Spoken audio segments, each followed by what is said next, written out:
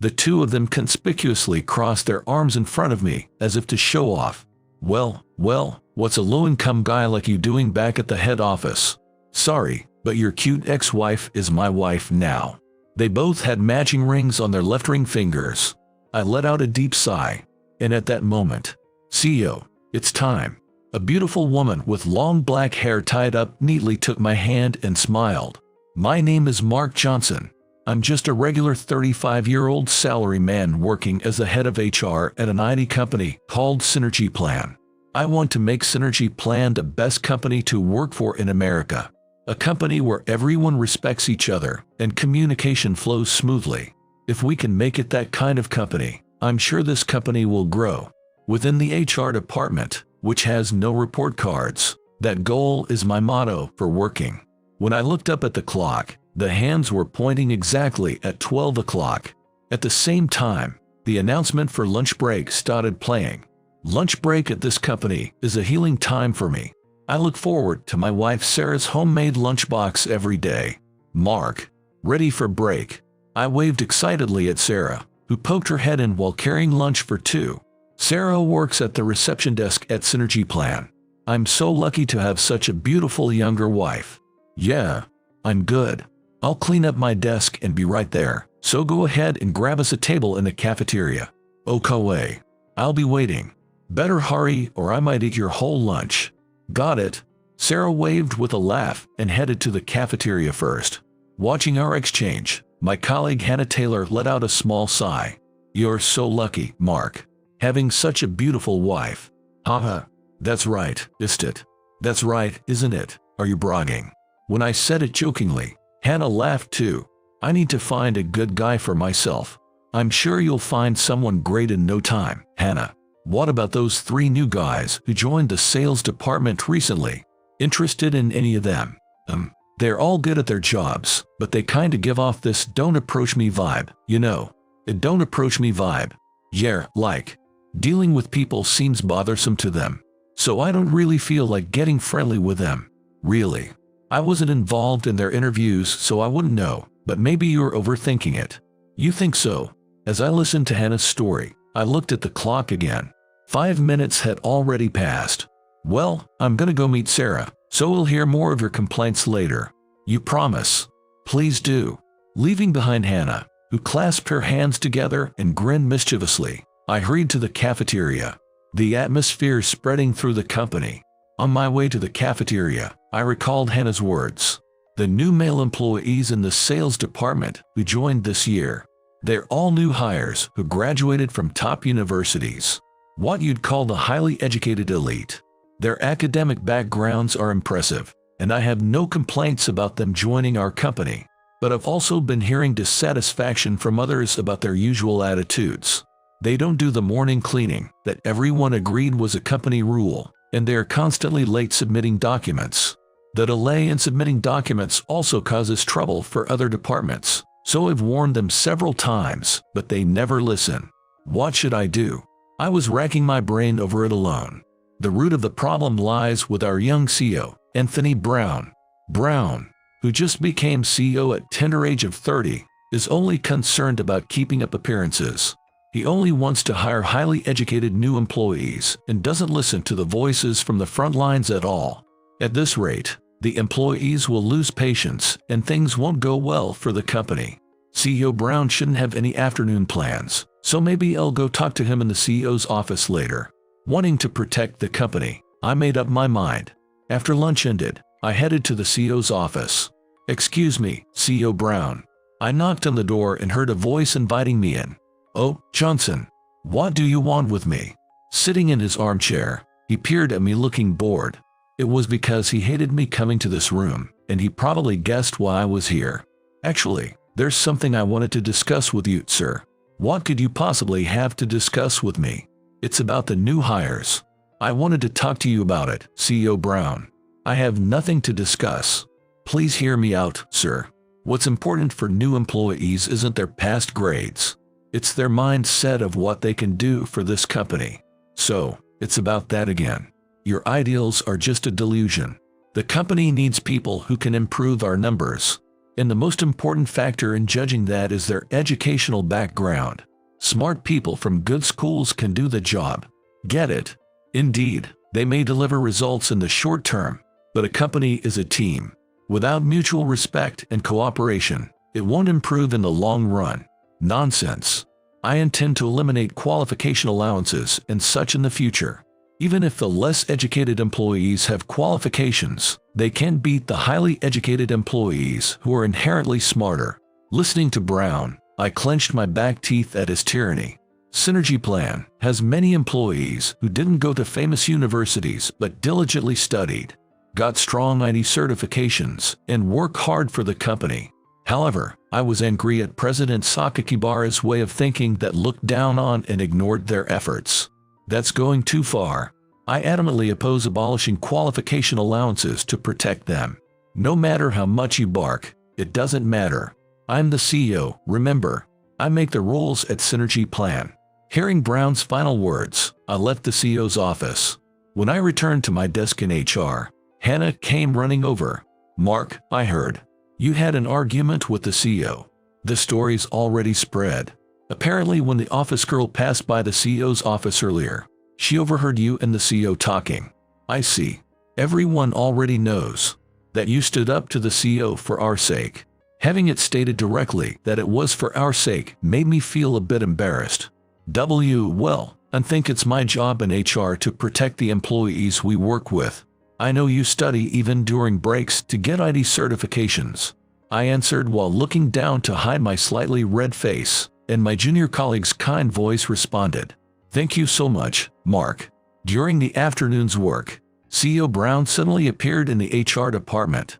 Seeing the CEO's cheerful face, an ominous air flowed among all the employees there. "Good work, everyone." Giving only superficial words of appreciation, CEO Brown pulled a piece of paper from his breast pocket. Then, spotting my desk, he slowly walked over. "Mark Johnson, I'd like you to read the contents of this document aloud." I read the document he handed me from the top. Notice of appointment. Mark Johnson of the HR department is hereby transferred to a regional sales office. Transferred to a regional sales office. With no prior consultation, the sudden announcement left my mind blank for a moment. What do you mean? Transferred to a regional sales office. Exactly what it says. Starting next week, you'll be working hard at a regional sales office. Transferred with an HR department. No, to sales. Even though I've never done sales before. Isn't that great? In HR department, you never had to improve any numbers, but in sales you'll have no choice but to compete based on performance and results. It's a chance for you to prove yourself to the company. Brown smiled widely enough to show his back teeth, but his eyes held only ill intent. This was just a nice-sounding excuse. The reality was a demotion. If I couldn't boost numbers in sales, it would also be an excuse to fire me. Moreover, the sales office Brown designated was the worst-performing one in the company, and some even ridiculed it as a deficit-running sales office.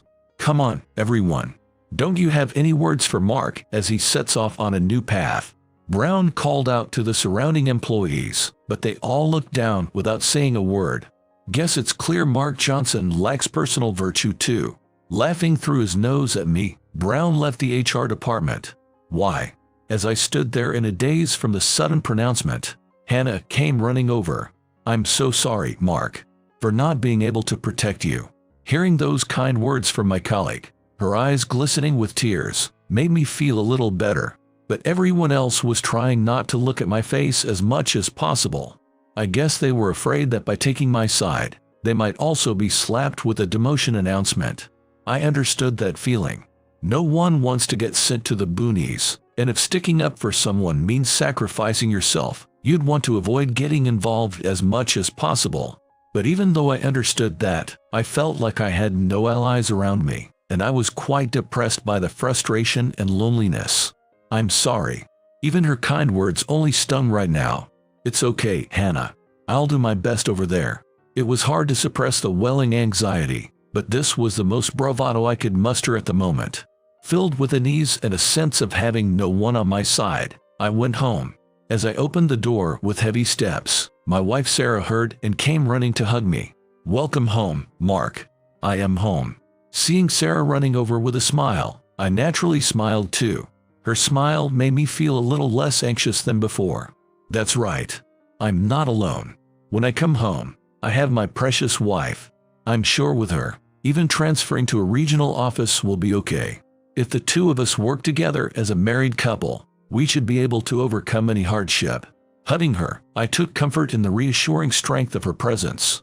After finishing dinner, Sarah and I were relaxing on the sofa. At that moment, I decided to bring up the topic of my transfer to the regional sales office. Sarah, actually, there's something I need to tell you. Something to tell me. Don't tell me you got another promotion.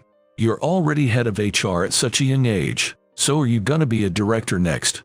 Sarah looked at me with shining eyes, but I had a solemn expression. Sarah, the thing is, starting next week I'm being transferred to sales at a regional office. It's a personal change. When Sarah heard about my transfer to a regional sales office, I could see her face clouding over. Even though it's a regional sales office, if I'm in sales, I might be able to earn more than I do now. What about your position? Well, there isn't one, but what? You're saying you're going from being a manager to a general salesman at a regional sales office. That's not just a decrease in income. And starting next week, I can do that. Sarah yelled at me with a terrifying intensity. But I think I can do my best in sales if you're with me, Sarah. Then you can do your best on your own. On my own. What do you mean by that? It's simple. I'm divorcing you. As of today, you and I are no longer husband and wife. That way I don't have to go with you, right? Wait a minute. I don't want to divorce you, Sarah. Huh? Your only good point was your stable income, and now that you've been demoted, there's nothing good about you. I'm divorcing you as of today. No way. Following the sudden announcement, a divorce declaration, the words from my wife Sarah, whom I thought was my ally, dealt me a mental shock. The smile she had shown me just moments before disappeared, replaced by a look of contempt. My precious family vanished entirely in a single day. A week had passed since then, and it was my first day at the regional sales office. For the past week, I had taken paid leave and taken time off from work to clean up for the move. I had lost the desire to go to work, and since Sarah had left the house the day after that night, I was able to spend some quiet time alone. Renting an apartment in a rural area where I didn't know anyone, my new life had begun. Good morning. Good morning. When I greeted them, a few people responded, but the atmosphere felt a bit gloomy and heavy. I figured it was due to constantly running a deficit every month and the immense pressure from the CEO. It seemed to have left everyone exhausted and dispirited. I'm Mark Johnson, starting in sales today. To be honest, I'm still totally lost after transferring from HR, but I hope to work hard together with all of you. Nice to meet you. I introduced myself cheerfully, and a faint round of applause echoed through the room. That applause may have sounded fleeting, but for me, who had lost allies back there, even that slight applause made me very happy. On my first day in sales, I just accompanied the other salesmen on their rounds. Whenever I had time, I asked the others about their work and what it was like at this branch. My legs are about to cramp up. During lunch break, I stopped by a nearby diner with my senior salesman, Mr. Smith. You've got more stamina than I expected, Mark. Mr. Smith laughed as he rolled up his shirt sleeves. Not at all. I've been doing desk work for many years, so the lack of exercise has taken its toll. Today was my first experience with sales work, and it's much tougher in the field than we saw in the numbers. I'm impressed by the efforts of the sales staff. Ha ha ha.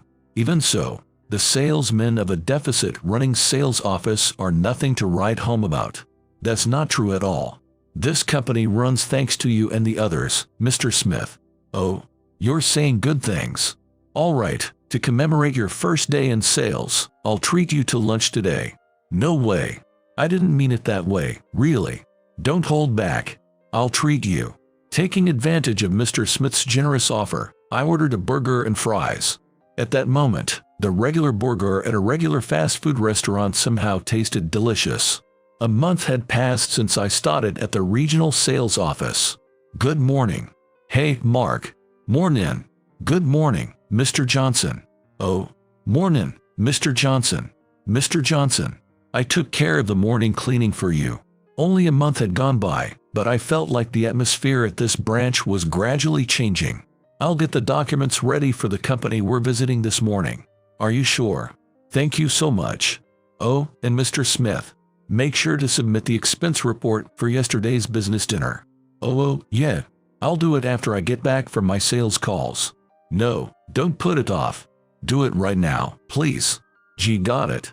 Scratching his head, Mr. Smith immediately sat at his desk and started filling out the paperwork. After making sure of that, I gathered the morning trash and headed to the dumpster. When I arrived at the dumpster, the janitor, Mr. Ethan, was standing there as if he had been waiting for me. Hey there, Mark. Thanks for always helping out with the trash. Not at all. Compared to you cleaning our office every day, taking out the trash is no big deal, Mr. Ethan. When I said that with a laugh, Mr. Ethan also smiled happily. I had met Mr. Ethan at this dumpster the day after my first day at work. Seeing the scene at the dumpster, I recalled our first meeting. The day after my first day, I came to work early to clean and went to throw away the trash. Mr. Ethan was there. Morning. You're Johnson, the guy who transferred here, right? Yes, but, who are you? I'm just Ethan, the janitor. I see. Good morning, Mr. Janitor. I gave a small nod, threw away the trash, and then sat on a nearby bench. A sigh escaped naturally at the same time. This your first time in sales? The old janitor sat next to me on the bench and peered at my face as he spoke. Yeah, I've been in HR department all this time, so I'm a bit lost. I see. Actually, I used to work in sales when I was young. I even ran my own company a long time ago. Really? Jeb, if I were to give you one piece of advice, the key to sales is compassion. When someone treats you well, return that kindness to them. It doesn't have to be more than what they gave you. Compassion for the other person. That's the secret to sales. That's right. Don't know if it'll help you, though. The janitor, Mr. Ethan, patted my shoulder and slowly stood up from the bench and walked away. His retreating figure was etched in my mind. I was feeling nostalgic about memories from just a month ago when Mr. Ethan sat down on the bench and lightly potted the empty space beside him. Seeing that signal, I also sat down next to Mr. Ethan. As thanks for always helping with the cleaning, have a drink on me. Saying that, Mr. Ethan took a can of coffee out of his pocket and handed it to me. Are you sure? Yeah, don't hold back. You shouldn't refuse someone's kindness. There's affection in it. Accepting it makes the other person happier. That's an important thing in sales too. I understand. Then I'll gratefully accept. But in exchange, wait here a moment, Mr. Ethan. What is it? I made Mr. Ethan wait a bit, bought a can of coffee from the vending machine, and returned to the trash dumping bench. Here, Mr. Ethan. This one's from me. Saying that, I handed the can of coffee to Mr. Ethan. You told me before, right? When someone treats you well, do the same for them. That's the spirit of sales. Mark, you're a kind one. When Mr. Ethan smiled, I felt reassured for some reason. Ever since you came, this sales office has gotten a lot brighter, I feel. Sales performance is improving too. Your actions move others and it spreads. Like with the morning cleaning. That's not true at all. It's thanks to the advice you give me every day on this bench, Mr. Ethan. Oh yeah. The other day, I tried speaking the way you advised, and I landed a big sale. When I told him excitedly, Mr. Ethan smiled at me. You're really adored by everyone. That comes through to your clients too. Hearing those words from Mr. Ethan, I unconsciously gripped the can of coffee tighter for a moment. That afternoon, when I returned from a sales call, there was a luxury car parked outside. Seeing that car, I immediately knew CEO Brown had come. Well, Mark. Long time no see. I didn't notice you because you've blended into this sales office so well. As I thought, you're better suited for the regional sales office. Brown laughed as if mocking me. Looking next to him, I saw Sarah standing there holding a day planner. Brown noticed my gaze. She's my new secretary. A capable girl who supports me both professionally and personally.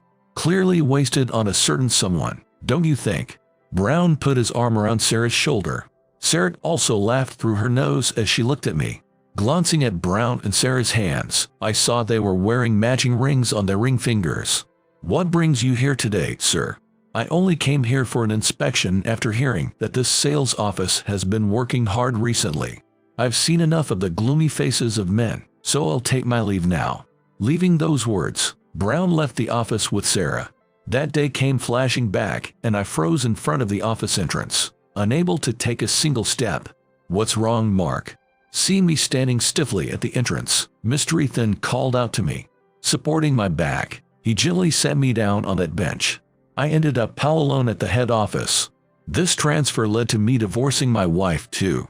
When I opened my mouth heavily, Mr. Ethan furrowed his brow. I couldn't have imagined that from how you act now. I got demoted here for defying CEO Brown. It's hard to say, so I haven't told anyone here. But honestly, no one here mentioning my transfer from the head office has been a relief for me. I see. If you're willing to talk about it, could you tell me about the circumstances of your transfer? Seeing Mr. Ethan's face filled with concern like a parent, I told him everything about what happened at the head office and how my wife demanded a divorce and switched to the CEO. To be honest, it was painful. I want to make this a company where everyone can cooperate. After I finished talking about everything, I felt like my heart had become lighter. Then I turned to thank Mr. Ethan for listening and noticed anger showing on his face. Mr. Ethan, what's wrong? Brown's way of thinking is wrong. No wonder the company's not doing well. I was honestly surprised by Mr. Ethan's unexpected reaction, his fists trembling. Mark, come to the company tomorrow.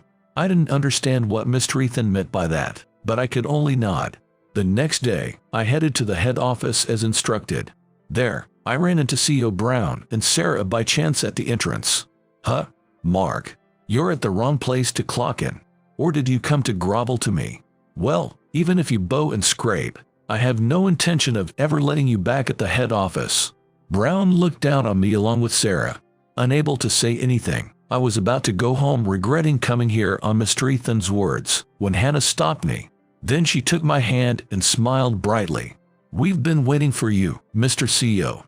I was surprised to see Hannah after so long, but more than that, I was confused by her grabbing my hand and calling me Mr. CEO. Brown and Sarah next to him seemed to feel the same way. Like that, Hannah and I headed to the CEO's office with Brown and Sarah. There, a man was standing. At first I didn't know who it was, but Brown immediately rushed over to him.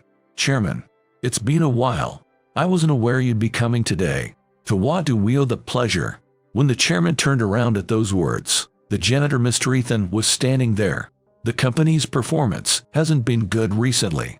It seems the branches and sales offices haven't been doing well, so I've been undercover as a janitor at the sales offices for a while to investigate various things. Hearing Mr. Ethan's story, various things clicked into place for me. There's something that bothers me though. Why was Mark demoted to that sales office? Well, there were frequent issues with the new hires he brought in. It lowered morale in sales. Plus he had a defiant attitude, so I demoted him. Your story and Mark's are a bit different. What do you think, Hannah? When Mr. Ethan directed the question at her, Hannah answered without hesitation. I think Mark is in the right. After he left HR department, the CEO took full control over new hire interviews. And just as Mark had complained to the CEO, we started getting more employees with good educational backgrounds but no respect for rules or etiquette, making it hard to smoothly carry out our respective duties. I think we need someone like Mark who always thinks about the people he works with. The moment Hannah said that to Mr. Ethan, several employees entered the CEO's office. In addition to people from the HR department I was in, there were a few from other departments. I want to work with Mr. Johnson again too. CEO Brown's tyranny has increased our workload. Mr. Johnson's leadership in turning around the deficit, running sales office, and standing up to CEO Brown is what this company needs. Mr. Johnson, please come back. Seeing everyone appealing to Mr. Ethan to defend me, I felt like I might burst into tears. That day, I felt like I was all alone. But now I have so many people supporting me. In that moment, I realized I wasn't alone. Everyone, thank you. As I shed tears, Hannah patting my back the whole time. I think there is no longer worth arguing about. Brown, you were trying to frame Mark, weren't you? And no, I would never. I'm the one who founded Synergy Plan. As chairman, I have the authority to appoint the CEO. As of today, I'm asking you to resign, Brown." After giving Brown a look of disdain, Mr. Ethan turned to me with kind eyes. "Mark, starting today, you're the CEO of Synergy Plan. You have the ability to drive sales cultivated in sales, and the communication skills with those around you fostered in HR. Both are necessary for a CEO. When I saw how hard you worked at the sales office, that's what I kept thinking. Please, will you become CEO to turn this company around?" "Me, CEO? Mark, we're all asking you to." Everyone there except Brown and Sarah bowed their heads to me.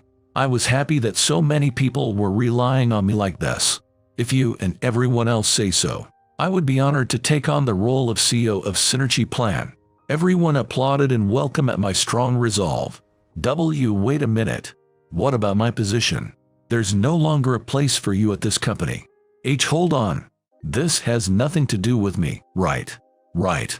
Mark, let's rebuild our life together again. Sarah, I'm sorry but I can't trust you anymore. I'm grateful for the happy memories you gave me until now. And with that, goodbye, Sarah. Wait. Mark, don't abandon me. Without looking back at Sarah clinging to me, I left the CEO's office.